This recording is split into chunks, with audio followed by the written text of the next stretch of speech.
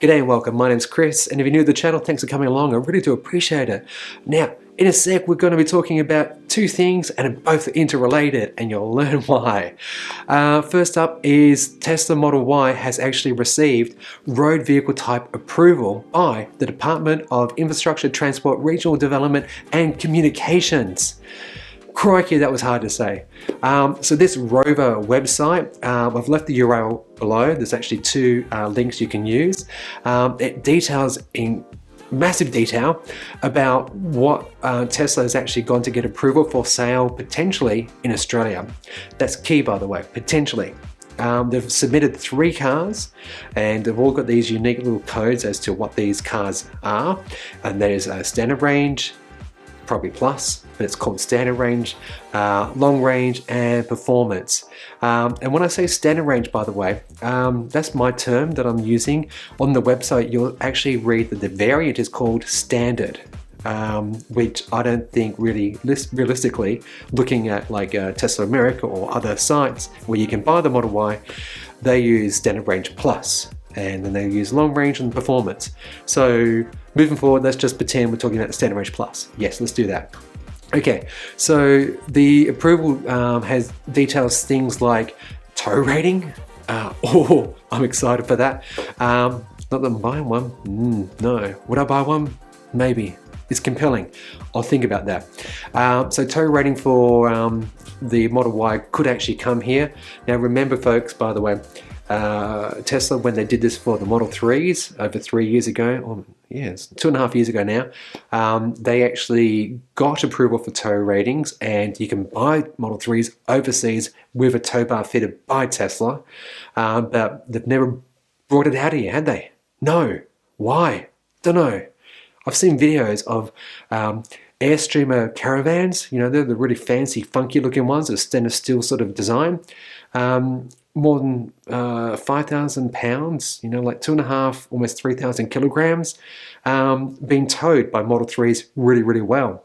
My Patreon saw that story about a month ago, so if you want to find it, you'll be able to find it. It's a great video. Anyway, Model Y. Maximum towing capacity is with a braked trailer, 1,600 kilograms, and with a non-brake trailer, 750 kilograms. So a lot of people were very excited about this. This car is a taller version of the Model 3, similar dimensions this way. So you've got an awesome large front, huge rear boot with thanks to the actual hatchback design. So if you're the sort of person who goes out and about, does adventuring and road trips and camping and things like that, this is probably your vehicle. The question now is, when's it going to be on sale?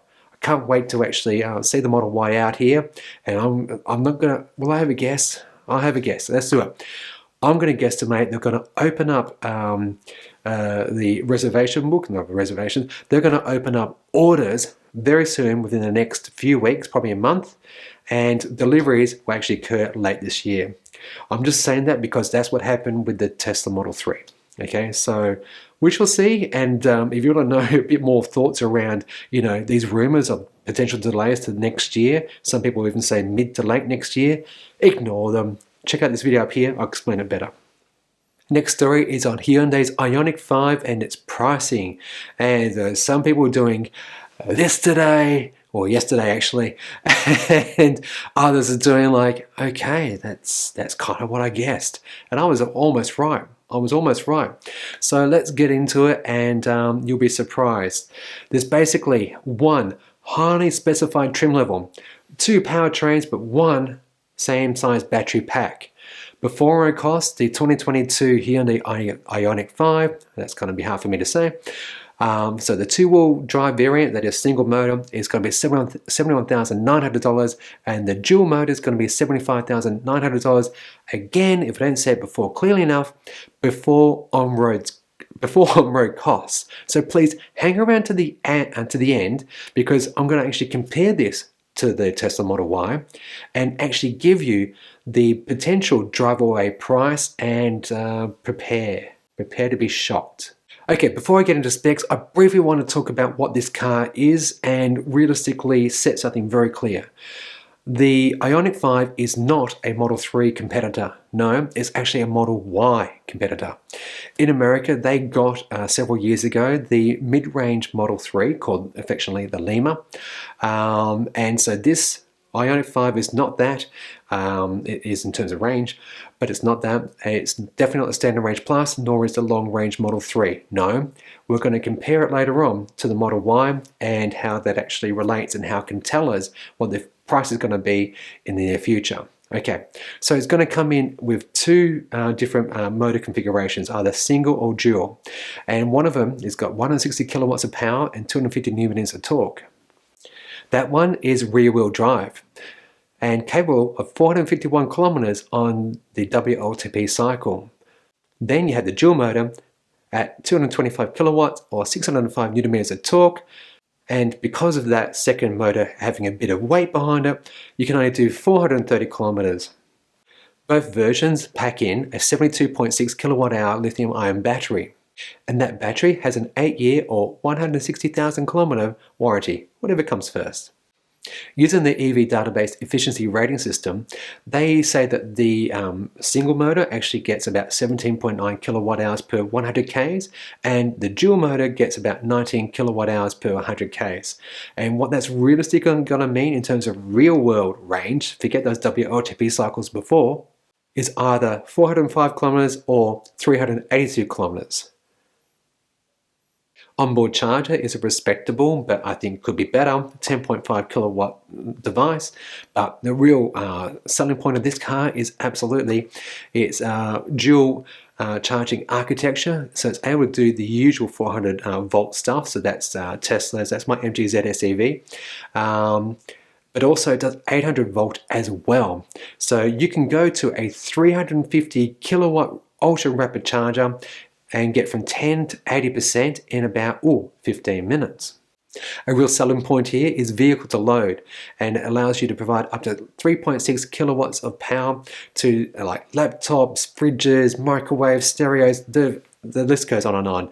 There was a really awesome video they did when they were teasing this, and yeah, I can see that it will be a very handy car for some, but not all of us.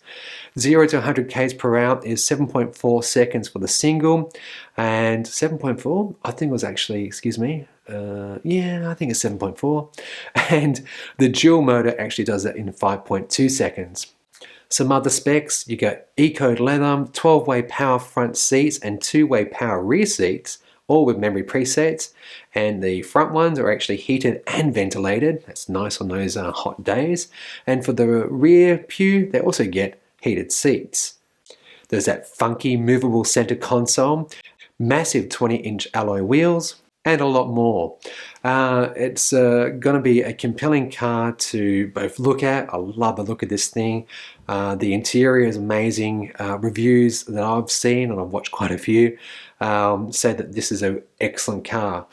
But here's where it gets really interesting, and why I think you need to think about why this car is actually comparable to a Model Y, and that is size. So check out, we've got a wheelbase and interior cabin of the Ioniq 5 is actually bigger than the Model Y. With the Tesla Model Y coming in at 2,890 millimeters, the Ioniq is actually 3,000 millimeters. That's like 3 meters. That's actually pushing this car into medium car territory, like BMW 5 Series, the Mercedes E-Class. And you know, this is the benefits of electric vehicles, because that battery is under the floor and the wheels can be pushed out the very edges of the car because the motors are tiny as well. And that creates a lot of usable space inside of the car, and it does this amazing thing with the seats that you can push into zero gravity mode, which is obviously not a real thing on planet Earth unless you get up there into space. But the potential for comfort in this thing is amazing. The Hyundai Ioniq 5 measures 4,635 millimeters long, whereas the Model Y comes in at 4,751 millimeters. That's like 116 millimeters difference shorter, or 11.6 centimeters. But when you do a side-by-side comparison, you can see how the Model Y bonnet and rear extend past the cabin, whereas the Ioniq 5 has next to no bonnet nor bum. And the result is the Ioniq interior is actually bigger, but cargo space is smaller. A quick side-by-side demonstrates this. You've got a boot of 531 litres versus 854, frunk 57 litres versus 117, and here's a real cincher. Total volume 1,591 litres versus 2,158 litres. So depending on your needs, like, are you a camper? Are you the person who likes to go away for weekend trips and you've got a family of 4 or 5 and you need to actually, take a lot of luggage? The Model Y is for you. But if you actually value more foot space, more leg room, and what I would actually define as a more sophisticated looking car and interior, the Ioniq 5 is yours. Yeah, but we'll talk more about it in a moment. Next is height. And as much as this car looks like a typical hatchback, it actually is more like an SUV. Coming in at 1,605 millimeters, the Tesla Model Y is 1,624 millimeters. That's only like 2 centimeters difference between them. For context, the Model 3 is 1,443 millimeters. That's like 162 millimeters shorter, or 16.2 centimeters. Width of the Ioniq 5 is actually 1,890 mils versus 1921 for the Tesla Model Y. Again, another 3 centimeters difference. And will you actually feel that and experience those 3 centimeters? No, not really. Now, what this all means is that this car should absolutely be compared to the Tesla Model Y, not the Model 3. It's more spacious from front to back. In terms of height, it's almost identical, and it's only just a little bit narrower. And here's where it gets really interesting. This price will be actually a firm indicator of where Tesla is going to be pricing its Model Y. This is a competitive advantage to Tesla now because they can actually undercut Hyundai and this pricing. So we're calling the price before, and remember this is before on-road costs. And for my international viewers, just watch this little bit of magic that I'm going to do, demonstrating how awesomely bad Australia is at actually hiking up prices on cars. Okay, we need to add on to this CTP, car registration, potential luxury car tax. It's going to come. It's coming. You know it. What else? There's a multitude of taxes. Let's put them over here. Let's put them over here. There we go. Okay, we've got them over there. Okay, are you ready? Give me a drum roll. Drum roll. The single motor will come in at $77,164 with no delivery fee. Okay, but if I actually base it upon Tesla and the $1,375 delivery fee, and by the way, it used to be as high as $3,000 several years ago, that could mean that the single motor $71,900 car suddenly becomes $78,500. Drive away! I feel like I'm a salesperson now. Anyway, ouch, right? It's not a good price. It is not a good price. It's too much already. But let's go for the dual motor now. That will come in at $82,500 or potentially $84,000. Honest to goodness, Hyundai, what were you thinking? It's too much. It's too much for essentially a standard range car that, like about 400 kilometers of range, real world. That's very steep, very, very steep indeed. I appreciate that this thing has vehicle to load, which would be a selling point for some people. But then you can't pack in a lot of luggage and camping equipment and do all those fun things like they portray in this advert. No, I doubt it very much. Also, Tesla has, let's face it, constant over-the-air updates. The cars get better over time. They've got autopilot and full self-driving. Well, full self-driving, 2 weeks, anybody? But, these are the things that Tesla have. But I get that some people they want the Hyundai badge, I kid you not, because of reputation, reliability, service, myriad of reasons. The looks great. This is a great looking car. It really is. The interior is awesome. It's well spec'd. It's got more features than the Model Y has, and people will go for that. They will. They won't care that the Tesla has better technology and the ability to potentially drive itself. Nah, for them, they're like, I love the look of this car. I like the fit and finish of this car. Hyundai's going to support it, so I'm going to go with that. Yeah, each to their own, I say. So what would I do? What would I do? Well, here's my answer. I would go for the Tesla Ioniq 5. Yeah, it's a new car. It's basically the Ioniq 5 with Tesla Smart, full self-driving autopilot and constant over-the-air updates with Android Auto and Apple CarPlay. Thank you very much, Tesla. I mean, Hyundai. Did you see what I did there? There's a little bit of a mashup.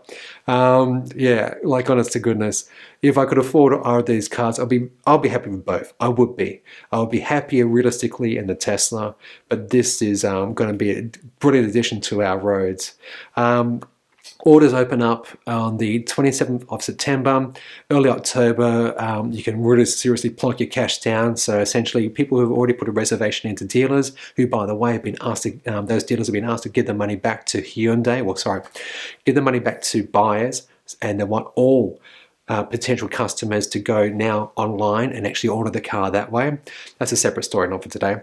So yeah, late September, those people can actually put their several $1,000 deposit down, secure one of 400 of these cars, and then early October, the balance will be open up to anyone else. Interest was quite high. They had almost 10, 12,000 people register interest in it, and about 100 or so people actually plonk some cash down. So we shall see. We shall see. It's exciting times ahead. And then that, I guess, is going to be a good segue to how much will the Tesla Model 3, oh my gosh, how much will the Tesla Model Y be? For the Standard Range Plus, I'm going to go for actually the the low to mid $70,000 mark, so $72,000 to $75,000 drive away. And I would, honest to goodness, think that the long range Model Y will actually around the mid 85,000 point, okay, somewhere around this, plus or minus a few thousand, so 83 to 87 worst case scenario. But again, Tesla's got a fantastic card up their sleeve now, and that is that Hyundai's shown their hand. They know how much this car costs, and yeah, they will undercut them. I guarantee it. I guarantee it. So if you're on the fence as to which one's which and you don't know what you want to buy, I would suggest waiting for both to be out on the road and get test drives on both. The Model Y is going to be definitely cheaper, but the Ioniq 5 is going to be a better looker. That's subjective, but yeah, that's the way I'm going with this one. All right, look, this video is way long enough, so I do hope you enjoyed it. And if you did, you know what you can do, please subscribe. It's absolutely free. If you don't know already, I'm challenging the Victorian government to the High Court of Australia on whether or not the EV tax here is actually constitutional. We're going to argue that it isn't. So if you can support me, please go follow this link up here, watch the video, and support us over here on Chuffed. More than 400 people have done so far. This is going to help cover our legal fees. And for those who actually donated so far, thank you so much. I really do appreciate it. And if you can't do that, that's okay. Just get the message out there. Let people know that this EV tax is wrong for so many reasons. Not only might it be, unconstitutional, but it also is bad for people's health. We should be actually getting rid of, internal combustion engine vehicles. We should be supporting people with electric vehicles. It's bad for our environment. There's so many reasons. Just watch this video. Anyway, I've ranted on too much. Thanks to my Patreons, and hey, you be good and you be green.